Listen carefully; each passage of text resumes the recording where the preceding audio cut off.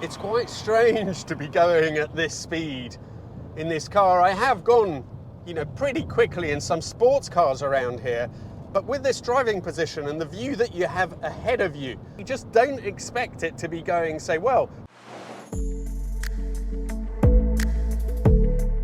Hello everybody, welcome to number 27. I'm Jack, and this is a Citroen Xantia Activa. Prepare to be blown away. This lowly family car has held the Swedish Moose Test record of 53 miles an hour since 1999, even at that point beating a 911 GT3 RS, which only managed 52 miles an hour. And if you think that's impressive, just listen to this. French car magazine L'Automobile did some cornering tests in which this managed to pull 0.94 Gs, beating a Honda NSX, which managed 0.93, and a Ferrari 512 TR with 0.92. Amazing, particularly if you consider that this was running not the low profile tyres, sports tyres of those cars, but lowly 205, 60, 15-inch wheels and tyres. In this video, I'm going to tell you why, despite these incredible achievements, the car was still a commercial flop. I'm going to explain how that suspension system works. I'm going to take it out, see if it's as good as it's supposed to be, and we're going to end with a twist about the Moose Test that you won't be expecting. This was the last Citroen to truly experiment with technology. It was the first production car which had active anti-roll suspension.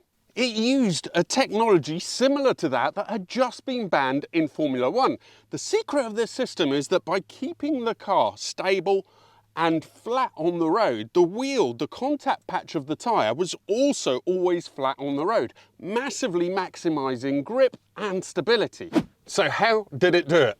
Well, it started off with Citroen's traditional hydraulic suspension system, but this one has 10 suspension spheres.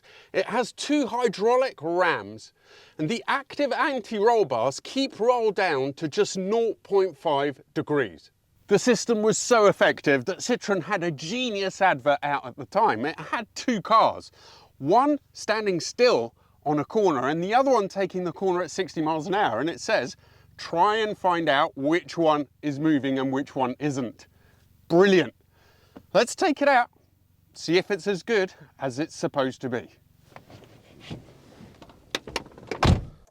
Right, first thing, this is one of those cars with another idiosyncrasy, and that is that there is a little keypad here in which you have to enter a code in order to be able to switch it on, like a sort of primitive immobilizer, I suppose.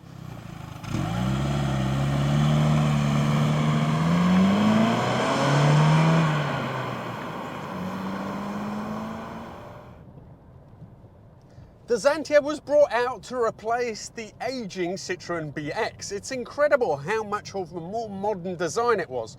Bertone had his hand in this. It did have hydraulic suspension at least, and Citroen had been a little bit stung by criticism of the ZX, the medium-sized hatch that came just before it, because it was judged to be too normal and had no Citroen influence in it.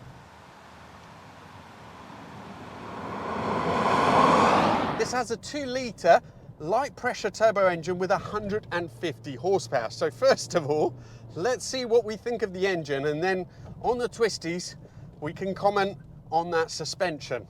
So far though, seems to be ironing everything out incredibly well, but just without quite the usual amount of movement that you would get in a Citroen hydraulic system.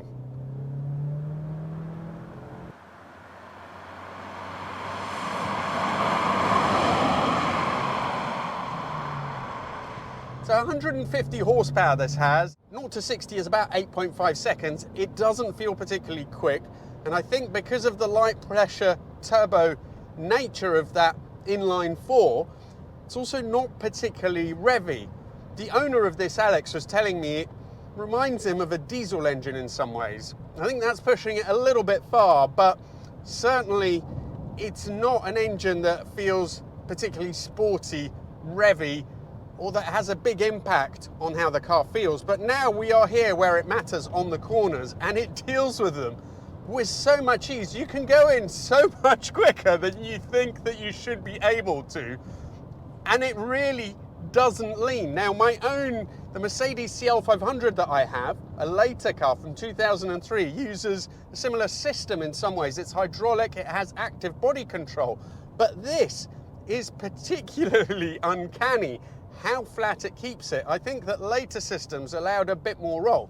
Because this is just 0.5 degrees of roll, it feels quite unnatural how flat it stays, no matter how hard you're cornering.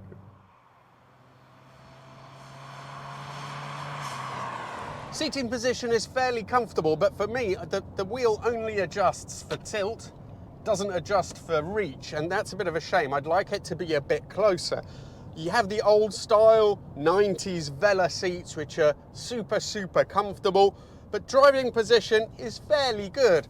The instruments are all laid out pretty logically as well, and although some of these plastics feel a little bit low rent, on the whole, the interior is pretty good. This version, being the Activa, and I think the facelift one, has the wooden sections in it which lift it a little bit more. The interior then is pretty conventional. The only different thing that you have here is the height lever, which you wouldn't get in a normal car. There's also a sports button up there, which I had already pressed previously, and which is why it was keeping the car so flat and stable. With it off, you get a little bit of the float that you would have in the normal Citroens with this system. But when you get to the corner, it still comes in and stops it leaning. It's really quite uncanny. The brakes are unusual because you have the Citroen, part of the whole system, the hydraulic system is the brakes. So they're very strong, but there's absolutely zero feel in them. It's just the way it goes through here with just no drama. A car like this shouldn't be able to do that. One thing perhaps is that the steering isn't blessed with a massive amount of feel. I think it still tells you if you're going to lose grip at the front, but it's not, it certainly isn't talking to you at the time. It's also very light and fairly quick, but it makes for a car which point to point is really much faster than it ought to be. Now in Europe, they made a V6 version. They didn't bother for the UK market because I think it was too complicated to move the wheel over with a car that already has so much pipework and complication in it. And that's a shame. This engine certainly does the job, but I think with the V6, it would truly be a very surprising Q car.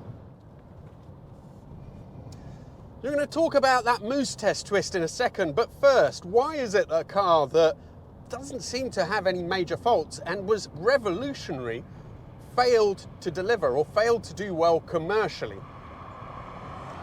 I think the problem was that Citroen had always been looked at with a bit of suspicion because the hydraulic system in general was more complex than a normal coil-sprung damper car.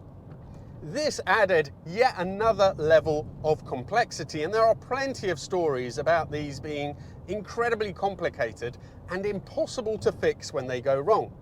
I think nowadays that is no longer quite the same. Most of the suspension components can be rebuilt or renewed fairly cheaply, and there is now available a piggyback ECU that bypasses the troublesome aging electronic components from before.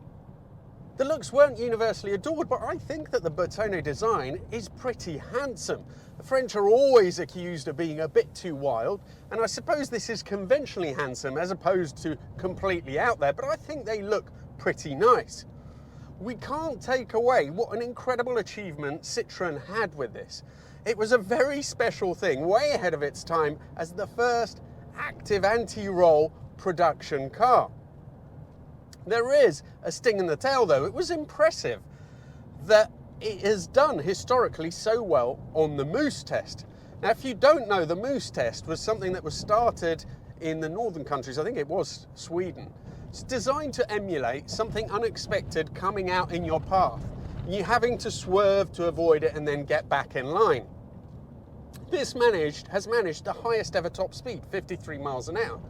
But I'm thinking, hold on, how is that possible that that is still the case? I understand at the time this suspension would have made it quicker than many supercars that were out there or had higher cornering forces.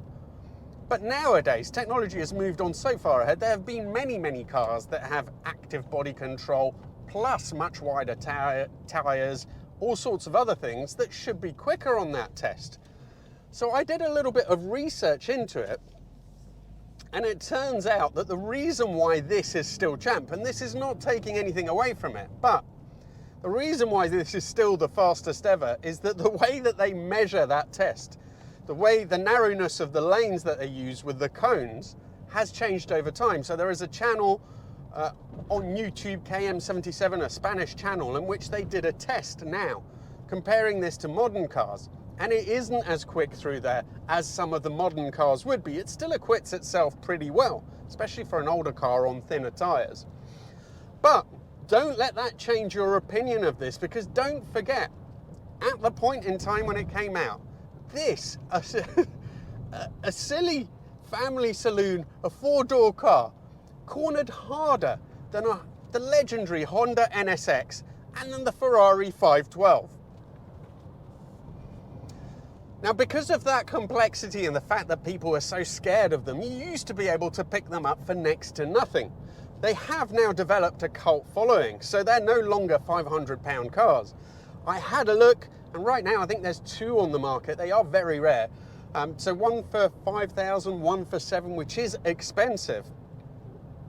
As a piece of French history, though, I think that they are absolutely worth it. Thank you all so much for watching. Thank you to Alex for bringing it down. If you've got a car that you want me to do a review on, please get in touch. These are the best addresses. Thank you, and see you for the next video.